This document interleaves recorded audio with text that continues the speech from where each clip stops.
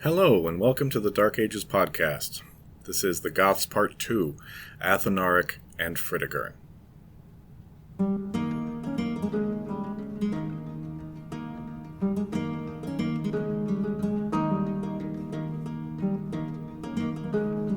Before we get started today, I have my very first correction to a previous episode. Podcast achievement unlocked.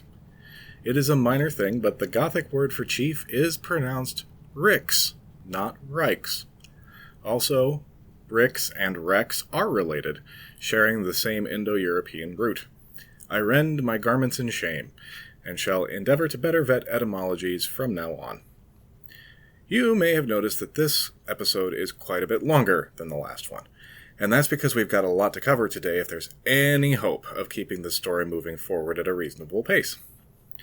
I also feel, like I should warn you, that this episode does contain some descriptions of some fairly horrid behavior, and you should probably just get used to that. This is the Dark Ages podcast, after all. However, if that kind of thing does bother you, I will warn you when it is coming up, and you can skip ahead a bit. Last time, I ended by threatening to talk about Gothic village life and social organization, and I'm still going to start there, just to tie up that loose end. So here we go. The village was the center of Gothic life, and for the vast majority, loyalty to the village and to the family was far more important than loyalty to any chief or judge or king. This followed naturally from the difficulties of communication.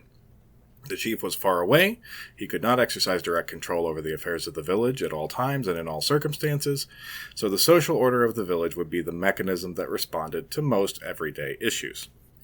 That social order was centered around the idea of retainership. The head of the household, called the Frauja, was responsible for the care and direction of his family, of course, but also men who were pledged to serve and fight for him, who were called his guards in Gothic. This is a structure very common among the German tribes across Europe, and has been suggested as one of the roots of medieval feudalism, though as in all things historical, feudalism has many roots, and the connection isn't as straightforward as it at first seems. The Frauja and his retainers and family were also surrounded by a cloud of slaves. We have no idea what percentage of the inhabitants of Goths were slaves, but it appears to have been substantial. They came in multiple varieties, mostly defined by how they'd entered into bondage in the first place. Much like the Roman Republic then, the acquisition of slaves became a major incentive for raiding. I left the story off last time with the defeat of Canabaudes by Aurelian in 271. Effectively, the campaign assured the Danube frontier a period of peace and time to recover. The 5 years of Aurelian's reign marked the beginning of a startling recovery of Roman fortunes, and he earned himself the honorific Restitutor Orbis Mundi, the restorer of the world. Part of his strategy for strengthening Rome, though, was a retreat. The province of Dacia Traiana, which corresponds roughly to modern Transylvania and the Hungarian plain, was exposed, with no strong natural borders to protect it from the many and various tribes that surrounded it. There had been rich gold mines there when Trajan had taken control, but those were played out, and Aurelian could see that it was no longer worth the effort or expense to defend the province. In a gradual process, Roman power was therefore withdrawn from Dacia Traiana. It was an organized and orderly retreat, but it was a retreat nonetheless. As dozens of nations have since discovered, the withdrawal of colonial power triggers a struggle for dominance among those left behind. Dozens of tribes vied with each other for Dacia, and most of them will just be a list of names to you, like the Pucini, the Bastarni, the Gepids, but I will pause to note that the Vandals were among the contestants, as were a tribe called the Taifali. The Taifali ultimately made common cause with the Goths, and together these two managed to take the territory and hold it. They were in complete control by 350 at the very latest, and probably earlier than that. The Taifali became the Tervingai's cavalry partners, and they would ride together for the next 2 centuries. They partnered with the Goths, but clearly kept their own identity, as they are attested as a separate tribe much later, when the Goths settled in France. And to this day, the town of Tiffauges, in the Vendée of western France, bears their name. I know that's a bit of a digression, but I didn't want to pass over them without mention. So, by the first half of the 4th century, Scythian Gothia had reached its greatest extent, stretching from the Hungarian plain across the Carpathians to the Ukraine and southern Russia, and northward their influence was felt all the way to the Baltic. A new element found its way into Gothic society around this time as an indirect consequence of their success, and that was Christianity. The raids of the 3rd century had been aimed as much at the capture of slaves as at material riches. Among those slaves captured from Roman farms and towns were a significant population of Christians. And soon those Christians began to have an impact on their captors. Communities grew, contacts with the empire were maintained, and priests and teachers were needed. It also appears that the Greek-speaking cities of the Crimea maintained their religious convictions as well, and may have been a minor source of Christianization. The roll of the dice determined that the strain of Christianity that was injected into the Gothic body politic was Arianism. This would be significant for Gotho-Roman relations in several ways moving forward. The distinction between Arianism and Orthodox Christianity hinges on what seems to be a really esoteric bit of theological minutiae today. I'll present the central ideas of the heresy at some point in the future, as I simply don't have room today. But the important takeaway is that the Arian versus Orthodox split is the central religious controversy of the 4th century. I have mentioned Ulfilas a few times already in the previous episode, and it's time to introduce him properly. He was of Cappadocian descent, with his ancestors having been taken as slaves around 264 from near the city of Parnassus. Parnassus is pretty much right in the middle of modern Turkey, so there's an indication of how deeply those Gothic raids penetrated the Roman heartland.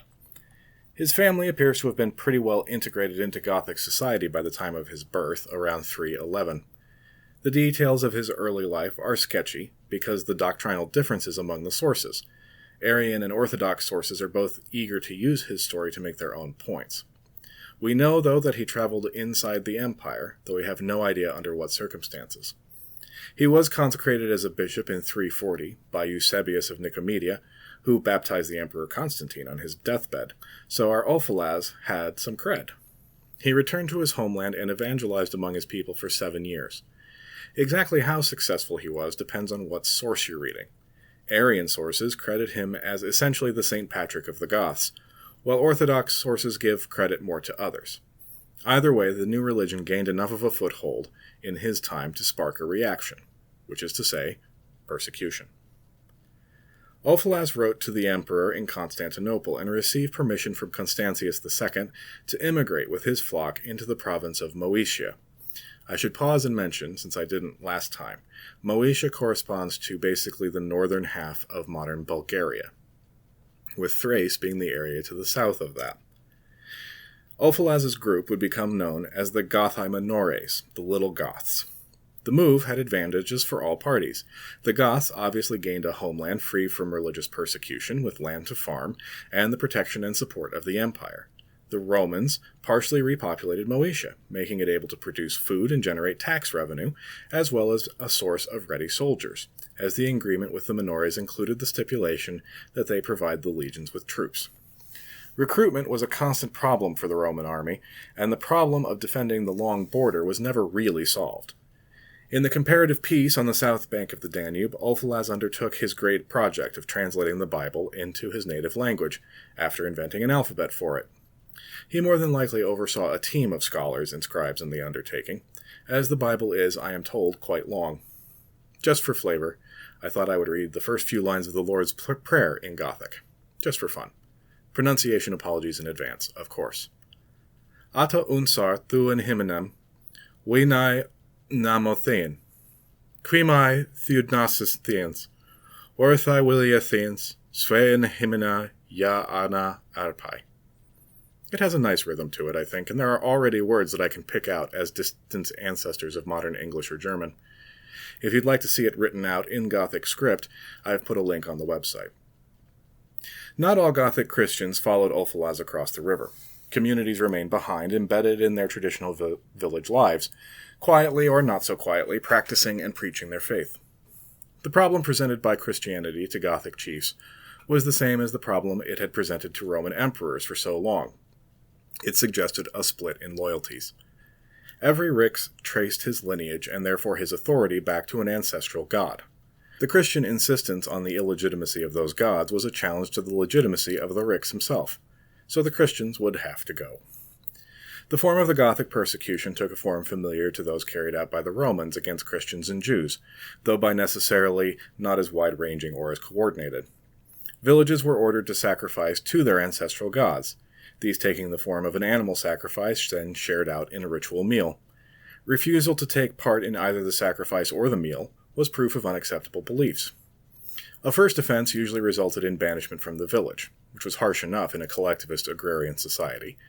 But we see in the story of Saint Sabah that such miscreants were often readmitted to their villages as soon as the chief's men had disappeared over the horizon.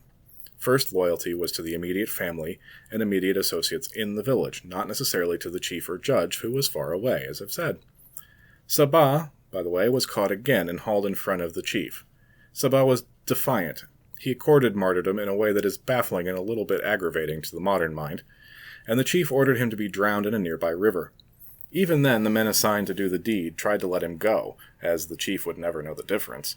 But Sabah shamed them, insisting that they do their duty and not break their fidelity to their lord, and he was duly drowned, and joined 330 or so others who died for their faith in 2 bursts of persecution in the 340s and 360s. These Gothic martyrs, who under most circumstances would be canonized and held up as examples across the Christian world, have a spottier reputation than other victims of persecution of the time. The Catholic and Orthodox churches recognize some as saints, but not all. And Ulfilas is not Saint Ulfilas, in spite of his accomplishments. The reason, very simply, is Arianism. Most of the Goths who converted and were baptized by Arian bishops and priests, and this would set them at arm's length from the Roman establishment, when Constantine established the Orthodox Nicene branch of Christianity as the official religion of Rome.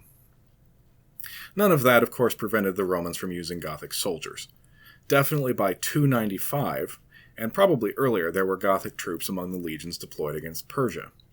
They fought under a foedus, which is a word we're going to hear a lot in these early episodes. A foedus is an agreement between the empire and a foreign people. The Romans used them regularly to define terms under which barbarians could settle inside the empire or trade with and receive aid from it. Different foedi contained different conditions, of course, but they were only ever agreed with tribes that had been defeated in battle, and always included a stipulation that the tribe would provide troops to the perpetually undermanned legions. Put a pin in that for later. It'll be important. Anyway, troops serving under a foedus were known as foederati, and after 295, Goths made regular appearances. They always served under Roman officers, rather than under their own leadership. Another common stipulation of foedus agreements. Obviously, the Romans had no interest in ethnically based powers arising within the army, so while Goths were promoted and could become officers, a separation between them and their enlisted countrymen was usually maintained. Many Goths took to army and therefore Roman life, and as happens in all border regions, cultures began to bleed. Across the border, that is. The Goths learned to buy things, rather than barter for them. Returning foederati soldiers sported Roman-style haircuts. By the time of Constantine's civil wars, the Goths were an established element of the geopolitical landscape, and emperors both fought them and sought their assistance, on both sides of the border.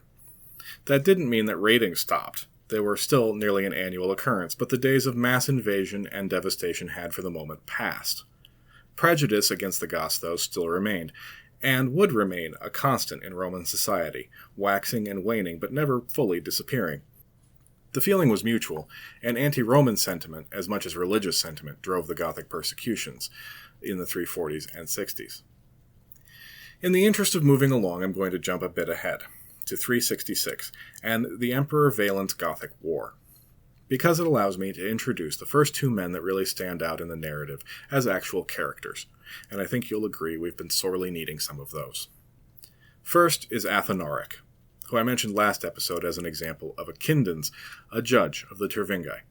Athanaric was certainly a chief, and he was probably fairly young when he came into the story and was elected Kindens in response to Valent's invasion. The second is Athanaric's rival chief, Fritigern. Fritigern was perhaps miffed at losing the elections to Kindens, and apparently chafed under Athanaric's overlordship. Athanaric was of the Balthai clan, and so of higher birth than Fritigern, but one gets the sense that Fritigern felt he was a better man for the job, regardless of birth. If Athanaric was concerned about Fritigern's resentments, he had to put that pan on the back burner for the moment. There were bigger issues to be worried about. To explain the war, that brought about Athanaric's election, I need to back up a bit and provide some background about Roman imperial politics. The brothers Valentinian and Valens had come to the imperial throne in 364, Valentinian ruling in the west, Valens in the east. From the start, the situation in the east was precarious. The previous emperor had retreated from the eastern frontier and left it vulnerable to Persian incursions. Valens' first move was to gather his forces and move east to shore up those defenses. The army, though, had its own ideas about where it should be used, and it wasn't away in the far east. Everyone knew those filthy Goths were planning a major attack, so why was Valens taking them away from the real problem? Meanwhile, back in Constantinople, an official named Procopius declared himself in insurrection, and quickly took control of Asia and Bithynia. When news of this reached Valens, he initially considered capitulation and even suicide, but managed to pull himself together and dispatch an army under subordinates to deal with the usurper. But when they reached Constantinople, those legions defected. It took 8 months for Valens to get the situation under control, eventually defeating Procopius in 366. Procopius was arrested and executed by his own troops after his defeat, and his memory was damned. Now, what does any of this have to do with the Goths? Well, Procopius had made contact with the king of the Greuthungi, that would be the eastern Goths, remember, whose name was Ermanaric, and arranged for the Goths to supply him with troops. The 30,000 men Ermanaric sent south arrived too late to help Procopius, but they invaded Thrace anyway. They had, after all, come all that way. Fresh from his defeat of Procopius, Valens continued north, surrounded the offending Goths, and forced their surrender. Ermanaric protested, but Valens and his brother, possibly motivated by the anti-Gothic sentiment that was still strong in the army, refused to come to terms. And in the spring of 367, Valens crossed the Danube and attacked the Tervingi. Wait, what? It was the Greuthungi that had sent troops to Procopius. Why was Valens picking on the Tervingi? Well, remember I mentioned that the Balthi were the second family, and the rank after the Amalai. The Balthi were tributaries to the Amalai Ermanaric, and so the Romans considered them a legitimate target for their attack. Plus, the vast majority of raiding over the years had been perpetrated by the Tervingi, regardless of the immediate case. And, really, one Goth was not too different from another as far as the soldiers were concerned. The Roman incursion prompted the election of Athanaric as Cindens, and he quickly moved to deny Valens any kind of meaningful victory. He adopted a Fabian approach that has been effective in asymmetrical warfare throughout history, withdrawing into the Carpathians with his forces and refusing to fight directly. Valens rampaged around Wallachia, burned some easily rebuilt villages, and then was eventually forced to return to Moesia. Ammianus Marcellinus summed up the conclusion of the campaign in his history dryly. Quote, "He returned with his men without having suffered any loss, and indeed without having inflicted any." End quote. Matters could not thus stand, of course, if the honor of the army and the emperor personally were to be preserved. But flooding prevented Valens from mounting a campaign the following year. If that sounds like a victory for Athanaric and his Goths, it's not really. They had avoided defeat in the field, but the legions had prevented or destroyed the year's harvests, and so the flooding of the fertile river valleys piled catastrophe on misfortune. It never rains but it pours, in this case literally. Athanaric would have to make a stand when the Romans inevitably returned. He called on help from Ermanaric and the Greuthungi in the following year. They complied, and when Valens crossed the Danube again in 369, they met the Greuthungi somewhere in modern Moldavia. The Greuthungi withdrew, but in doing so drew the Romans further into Tervingian territory, extending their supply lines. At that point, Athanaric accepted battle, somewhere between the Prut and Dniester rivers. The Goths lost, but Athanaric managed to maneuver to avoid complete destruction, and the frustrated and overextended Romans were forced to come to terms. Valens, who had already returned to Marcianopolis by the time of the battle, had no choice but to treat Athanaric as an equal, which is not how Roman emperors preferred to treat barbarians. Famously because of his position as Cindens of the Goths, Athanaric refused to set foot in Roman territory. So he and Valens met on a boat in the Danube, which is a wonderful image in my mind. Valens in my mind looks quite grumpy, though. The agreement was decidedly mixed. The formerly free trade zone that prevailed along the Danube was restricted to 2 trading posts, and the Romans ceased paying for Federate troops from the Tervingi. The Goths also handed over hostages. Valens went back to Constantinople and made himself feel better by taking the triumphal title Gothicus. On the Gothic side, the Romans agreed not to interfere in Gothic affairs. The termination of the Foedus agreement left Athanaric with greater manpower, and the non-intervention agreement allowed him to turn around and deal with his internal enemies, which is to say, Fritigern and the Christians. Athanaric's persecution lasted from 369 to about 372, and was carried out systematically with the cooperation of the Ricks that had elected Athanaric as Kindans. This was the persecution in which Saint Sabah was martyred. The persecution was directly connected to the hostility toward Rome that the last decade had engendered. Rome had now officially become a Christian state, and had been one for over 50 years. Christians were seen by Athanaric, and an apparently significant number of his compatriots, as a potential fifth column that was continually growing amidst his people. He feared that the essential nature of the Gothic way of life would be destroyed, and sought to extirpate the threat. The majority of Goths were still pagan at this point, but Athanaric was too late, and his persecution could not and would not heal the split within the Tervingi, instead only deepening the divisions among them. The threat Athanaric perceived was personified by Fritigern. Remember, he had been lurking in the background since Athanaric's election, and now, in Athanaric's self-defeating persecutions, Fritigern sensed an opportunity. The judgeship was essentially a time-limited monarchy, but Athanaric had now been Kindans for 8 years, and Fritigern began to suspect that the time-limited part of that post might be cast by the wayside. Presumably there were other chieftains who feared the same. Fritigern contacted Valens in secret, and sought support for a coup against Athanaric. The emperor was interested, obviously. Besides his personal irritation, the emergence of a united Gothic monarchy on the Roman doorstep was a horrifying geopolitical prospect. Valens' support did come at a price, though, and that was Fritigern's conversion to Christianity. Fritigern agreed, thereby justifying Athanaric's paranoia, really. This horse trading of faith, contrasted with the absolute rock-solid conviction of bishops and apologists, is a really striking feature of this period for me. It also leads to me seeing Fritigern, maybe unfairly, as a bit of a slippery character. Judge for yourself, though, as we go along. I also need to take note here of a fact about Valens that I haven't mentioned. He was an Arian. For a brief window, the Arian heresy found itself with imperial support. It wouldn't last long, but the vicissitudes of history meant that it was Arianism that Fritigern's people adopted. Whatever plot Fritigern and Valens cooked up, though, ultimately came to nothing. We know that because Athanaric was once again chosen as Kindans when a new, terrifying threat appeared out of the east. The Huns. The Huns will get their own whole series of episodes to themselves in the near future. I've already written 1.5 of them. So we'll leave them to the side for now and talk about the first Gothic kingdom that they faced and defeated. Spoiler.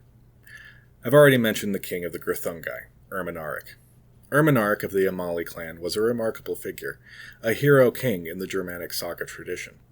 By 370 he directly controlled or accepted tribute from all of the lands between the Black Sea and the Baltic. Maybe. He's described as a Gothic Alexander, but that's a point of contention, and it's possible that his reach maybe wasn't quite as wide as that. Archaeology identifies a group of finds called the Chernyakov culture as belonging to the Grithungi, and its reach isn't nearly that wide. That being said, Ermanaric was without doubt a powerful man ruling a fell people, and the end of his story certainly qualifies him for full mythic king status. I'll start with the most sober version, the one that appears in Ammianus Marcellinus' history. Ammianus mentions Ermanaric only once in admiring tones. Quote, Ermanaric, a very warlike prince, and one whom his numerous gallant actions of every kind had rendered him formidable to every neighboring nation. End quote. But he was aging, and when the Huns arrived he was unprepared to meet the threat. The story related by Jordanes is much more colorful, and that's the story that found its way into German myths across the continent. And here's a brief moment of horribleness. Scrub ahead 15 seconds if you don't want to hear it. Ermanaric had put down a rebellion by a tribe called the Rosamani, but was unable to capture its leader. In frustration, he executed his wife, a woman named Sunilda, by having her torn apart by horses, which is, extreme. Sunilda's brothers came looking for revenge, which you would think that Ermanaric would have foreseen. They managed to stab the old king in his flank, but he survived, though debilitated by their wound. When the Hunnic assault fell on the Grithungi, Ermanaric was too weak to muster an effective defense, and though his men fought bravely, they were quickly overwhelmed. The king, distraught at the defeat and in physical agony, died shortly after the initial attack. There is a suggestion that he committed ritual suicide at the age of 110 in an effort to save his people and his lineage, and so he passed into the oral tradition of the Germans. Variations on Ermanaric's story appear in the Norwegian Thrideck saga, the Nibelungenlied, the Volsung saga, and the poetic and prose Eddas of Iceland. I'm thinking about adding an episode on the heroic tradition to the production schedule, because the transition from historical figure to paradigmatic epic hero is worth exploring deeper. But the Huns aren't going to wait for us to hash out the literary consequences of Ermanaric's self-sacrifice. The Grithungi either surrendered or fled, bringing news of the terror and seeking Athanaric's protection. Athanaric moved quickly. There was a reason he kept being elected as Kindans. He gathered an army and positioned them on the west bank of the Dniester, where he built a Roman-style armed camp.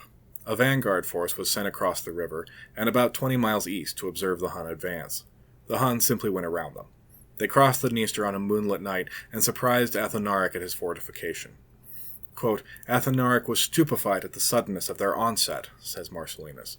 He was able to withdraw the bulk of his army. He had a talent for that kind of maneuver. But the Huns had the initiative. Athanaric regrouped on a plateau between the Prut and Siret rivers in central Moldava. By this point he must have not only had his army, but their families as well. He set about building a long rampart or palisade to protect his southern flank, so we have to imagine effectively an enormous temporary city, or series of temporary towns, presumably mostly tents, behind a long ditch and palisade-type fortification. There have been attempts to identify the remains of this fortification, but no consensus on any finds. The Huns attacked again before the work could be finished, again from an unexpected place. The Goths managed to squeak out a draw and survive, mainly because the Huns were apparently encumbered with booty. This means they must have been returning from raids to the southwest of Athanaric's position, in the Tervingi heartland. It seems that the vast majority of the Tervingi were holed up behind Athanaric's walls, and the Huns had already taken control of the surrounding country, looting it at their convenience, which meant that the Goths had no way to feed themselves. When Athanaric had fought Valens, he had been able to make a series of tactical retreats and remain well supplied enough to see the war through, with problems only appearing in the third year of the war. Now, though, the supply line collapsed immediately. It hadn't fully recovered from the Roman War, and division among the Goths, between Athanaric and Fritigern, had slowed down that recovery even more. The Hunnic devastation completely kneecapped the Goths' agricultural economy, and whittled the Tervingi's options down to an unattractive list. They could stay where they were, and starve. They could submit to the Huns and be enslaved. They could fight and die, or they could abandon their homeland and flee to another. Athanaric's prestige was badly damaged by all of this, and Fritigern stepped into the leadership vacuum that was beginning to open up. He pointed out that he still had contacts among the Romans. If the Tervingi would follow him, he could negotiate a safe passage into the empire where they could find protection and food and maybe even land. Most of the Goths agreed with Fritigern's plan. They moved south to the north bank of the Danube and abandoned Athanaric to his fate. They set up camp along the river, but could not cross without the permission of the emperor himself, so they would have to wait. Athanaric initially planned to follow, but thought better of it. He and his followers that were left to him needed to find a place to spend the winter, though, so they turned west, into the mountains. They pushed up into a valley in the Carpathians, no one knows exactly where, and unceremoniously turfed out the Sarmatian tribes that lived there. They were able to hold on there for the winter before crossing over into Transylvania to look for a more permanent place. The multi-ethnic confederation that had existed mostly peacefully since the Goths had settled in Scythia was broken. St. Ambrose offered a pithy summary of the events after the Huns' arrival. The Huns fell upon the Alans upon the Goths, and the Goths upon the Sarmatians. The dominoes were falling all across Europe. While Athanaric was making his rather ignominious escape, the vast majority of his people, tens upon tens of thousands, gathered on the shores of the Danube. Attempts to cross by individuals or small bands were forcibly turned back by the Roman garrisons. Fritigern did not attempt to force the crossing en masse, as it would destroy any hope of a satisfactory deal with the Romans. But any deal could only be made with the emperor's personal consent, and Valens was 900 miles away at Antioch. So Fritigern and his chiefs and their subjects, men, women, and children, waited. In Antioch, the imperial bureaucracy debated the best course of action. To admit the Goths would put huge strains on the empire's resources. On the other hand, Moesia and Thrace were still depopulated and the army undermanned. Here could be a solution to both problems. On the other hand, repopulating an area with the people who had been responsible for its depopulation in the first place just seemed like foreign conquest with extra steps. On the other hand, barbarians had been integrated into the imperial structure before. Assimilation of outsiders was one of the empire's greatest strengths. Eventually, confidence that this was still the case won the day, and Valens sent word to the Danube garrisons to let the Goths cross. The exact terms for this permission are unknown. It seems that the deal was different from that usually offered to barbarian groups wishing to settle in the empire. For one thing, such settlers, who were called coloni, usually had to be defeated in battle, and there was a ceremony associated with the agreement, which included the ritual disarmament of the coloni. It's been suggested that the original agreement did require the disarmament of the Goths, but the local officials were unable or unwilling to enforce the requirement. Those local officials were faced with probably the greatest refugee crisis of the ancient world. Estimates of their numbers vary widely, because of course they do. This is ancient history. Numbers are always hard. Eunapius, who was a near contemporary, says there were 200,000 Goths altogether, civilians included. Modern historians, as they will often do, dismiss that idea as partly rooted in hindsight and self-justification. Historian Peter Heather suggests 10,000 warriors for Fritigern and his Tervingi, with 50,000 people altogether. I should note, also, the Tervingi were not the only Gothic group that had fled the Huns to the Danube. A group of Grithungi, under the leadership of a pair of chiefs named Alatheus and Saphrax, had also arrived, with about an equal number of followers. So that brings the total number of Goths of all ages and classes to between 90 and 100,000. Crammed up against the river, with as many of their belongings as they could carry, the worry that the Huns might appear behind them at any moment, and a dwindling supply of food. The crossing of the Tervingi was not carried out with what we might imagine to be Roman efficiency. The ferries that regularly carried passengers and goods across the river were insufficient for the task, and the Romans seem to have taken very little care in keeping family or clan groups together, which led to confusion and distress on both banks. Food was being brought in, but there was never enough of it, and what there was passed through the hands of officials who were prepared to play favorites. The opportunities for personal enrichment proved too tempting to the Roman commanders along the Danube frontier, and as they sold food for ever higher prices, desperation mounted. People sold themselves into slavery, or sold their children into slavery. The most pathetic story concerns the sale of a noble child in exchange for rotten dog meat. The corruption was great enough to draw condemnation from almost every source, and this was a world where government corruption was seen as part of the pay package up to a point. It was clear that the situation was volatile, so local troops began to escort groups of Tervingi away from the river. While that certainly seems like a wise solution to the problem, it created a new one. The Roman army had been receiving, feeding, organizing, and disarming at least some of the Tervingi, while simultaneously maintaining the border against the excluded Grithungi. It turned out they did not have the troops to spare for escort duty and still perform all of those missions. Saphrax and Alatheus forced their way across the river, and after some time established contact with Fritigern's camp. The Romans were unable to push the Grithungi back, and they became a wild card in the region. Fritigern, though, still wanted to work with the Romans as far as possible. The commander and overall charge of the resettlement project was named Lupicinus. Once the Goths were sufficiently organized, he ordered Fritigern to move to the military headquarters at Marcianopolis, which Fritigern did, though progress was slow. The Goths set up camp outside the walls of the city. Lupicinus invited Fritigern and his co-leader Alaviv to a feast, an ironing out of differences kind of thing, maybe get this whole undertaking on firmer ground going forward.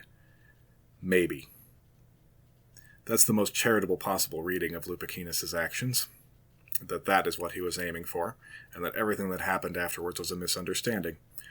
Or maybe he'd set things up in an effort to remove the charismatic heads of the Gothic snake. What happened was a shoving match broke out between the Roman troops that escorted Fritigern's party from the gates and his Gothic bodyguards. The noise panicked the already jumpy masses outside the gate, who rioted, demanding access and an opportunity to resupply from the garrison's food stores. In response, Lupicinus ordered the Goths' escort troops cut down, and Fritigern and Alaviv killed. Fritigern managed to slip out of the city, but Alaviv was killed.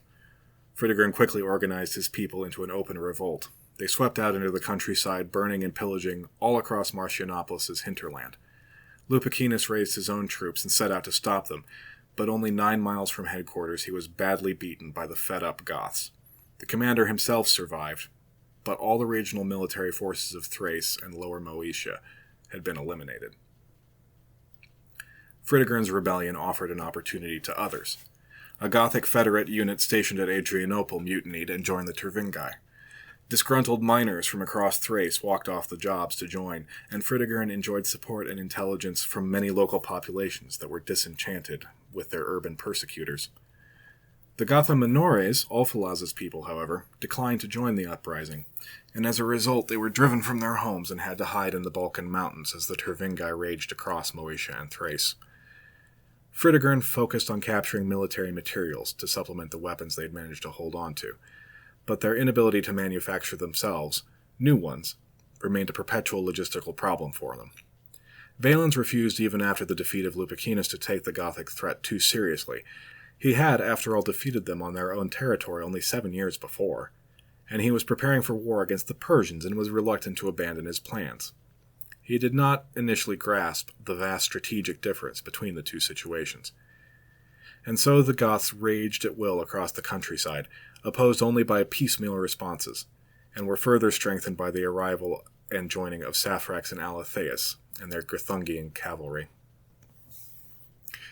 Eventually Valens pulled himself together enough to gather his army in southern Thrace, around June of 378. He was encouraged by the defeat of a Gothic plundering column by his general Sebastianus with only 2,000 men. Fritigern was aware of the emperor's arrival, of course, and concentrated his forces near the city of Kabyle. I feel another map coming on. Further good news for the Romans was en route in the person of the western co-emperor Gratian, who was fresh off of a successful campaign against the Alemanni and had already reached the edges of Moesia. Lastly, Valens' intelligence told him that the Goths had only 10,000 men with them. The emperor was eager for a victory to equal Gratian's defeat of the Alemanni, and saw an opportunity to put an end to the Goths' 2 years of chaos. I should note here that the Romans were, through most of their history, terrible at scouting and military intelligence. Valens had decided to seek battle. He positioned his army near Adrianople. Exactly where is still an open question. After a council of war, he received an envoy from Fritigern respectfully, though he did not take the ambassador's message at all seriously. Fritigern demanded all of Thrace with its livestock and produce as Federate territory. This was, of course, rejected. The idea of establishing a quasi-independent Gutheuda on Constantinople's doorstep would never be acceptable.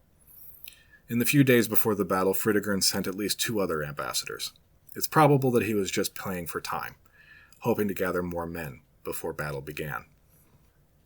On August 9th, 378, Valens set out from his camp to meet the Gothic host. It was a march of 11 miles in August, and as the Romans drew near, the Goths set fire to the grass along the road so that the legions arrived hot, dehydrated, and exhausted, and choked with smoke. As the 2 armies drew up in formation, one last embassy arrived from Fritigern. This seemed to have some promise to it, as Valens demanded that if Fritigern wanted to talk, he should send suitably high-born representatives rather than the rabble that had been sent. The Goths agreed to this, on the condition that a noble Roman or 2 was sent as hostages in return. Ricamires, a noble in Valens' party, agreed, and was preparing to leave when the whole discussion was rendered irrelevant. 2 units, exasperated by the long march and infuriated by the Goths' continuous obstinacy, attacked without orders, and dragged the rest of the army along with them in a disorganized rush to avoid being outflanked. They were met by the just-arrived cavalry forces of Saphrax and Alatheus, who smashed into the Roman right and rolled up the line before breaking off, wheeling round, and doing the same on the left. Fritigern's delays had paid off. The historian Ammianus Marcellinus, writing no more than 20 years after the event, capped his history with an account of the Battle of Adrianople. This is the second point where you may want to scrub ahead if you don't want to listen to descriptions of violence. He described the Grthungai's attack as, quote, descending from the mountains like a thunderbolt to spread confusion and slaughter among all whom in their rapid charge they came across. And while arms and missiles of all kinds were meeting in fierce conflict, and Bellona was raging more fiercely than usual to inflict disaster on the Romans, our men began to retreat. But presently, roused by the reproaches of their officers, they made a fresh stand, and the battle increased like a conflagration, terrifying our soldiers, numbers of whom were pierced by strokes from javelins hurled at them and from arrows. Then the two lines of battle dashed against each other like the rams of ships, and thrusting with all their might were tossed to and fro. Our left wing had advanced actually up to the Goths' baggage, with the intent to push on still further if they were properly supported, but they were deserted by the rest of the cavalry, and so pressed upon by the superior numbers of the enemy that they were overwhelmed and beaten down like the ruin of a vast rampart.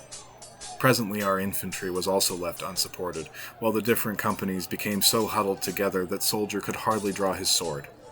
And by this time such clouds of dust arose that it was scarcely possible to see the sky, which resounded with horrible cries, and in consequence the darts, which were dealing death on every side, reached their mark and fell with deadly effect, because no one could see them to guard against them. Now, I had told myself that I wasn't going to read all of Ammianus verbatim, but it's just perfect. Nothing I could write would be a patch on it. So, here's a little more. Quote, amidst all this great tumult, our infantry was exhausted by toil and danger. The ground, covered with streams of blood, made their feet slip, so that all they endeavored to do was sell their lives as dearly as possible. At last one black pool of blood disfigured everything, and wherever the eye turned, it could see nothing but piled up heaps of lifeless corpses trampled on without mercy. End quote. 2/3 of the Roman army was killed at the Battle of Adrianople. Those that escaped probably did so because of the late start, taking advantage of a moonless night to slip away. Among the dead was Valens, whose body was never found. Actual numbers, as always, are fuzzy. The current thinking is that the Roman forces numbered somewhere between 20 and 30,000, with a high of 40,000 being suggested by Herwig Wolfram. And Fritigern's force numbered about 20,000. Regardless, the battle was a crushing blow, and seen by later writers as the beginning of the end for the Roman Empire. The triumphant Goths were not thinking in terms of great forces historiography, though. Knowing that there was now no force capable of stopping them, they assaulted Adrianople. The city held against them, but they were undaunted, and attacked town after town, heading toward the imperial capital at Constantinople. And I will leave you there with that moment of danger for the Romans. Thank you for listening, and for hanging in there. I know this episode was a dense cookie to chew on. I will put at least one map up on the website, darkagespodcast.podbean.com, so check that out, as well as check out Twitter at darkagespod. And if you know anyone who'd be interested in all of this, let them know. I am now available on Google Podcasts and Apple Podcasts, so please rate and review if you feel like doing so. All of that is very exciting, and I was absolutely giddy to see my first follower appear through Podbean. Thank you. Until next time, Ostendat Dominus faciam suum tibi et miserator tui. Take care.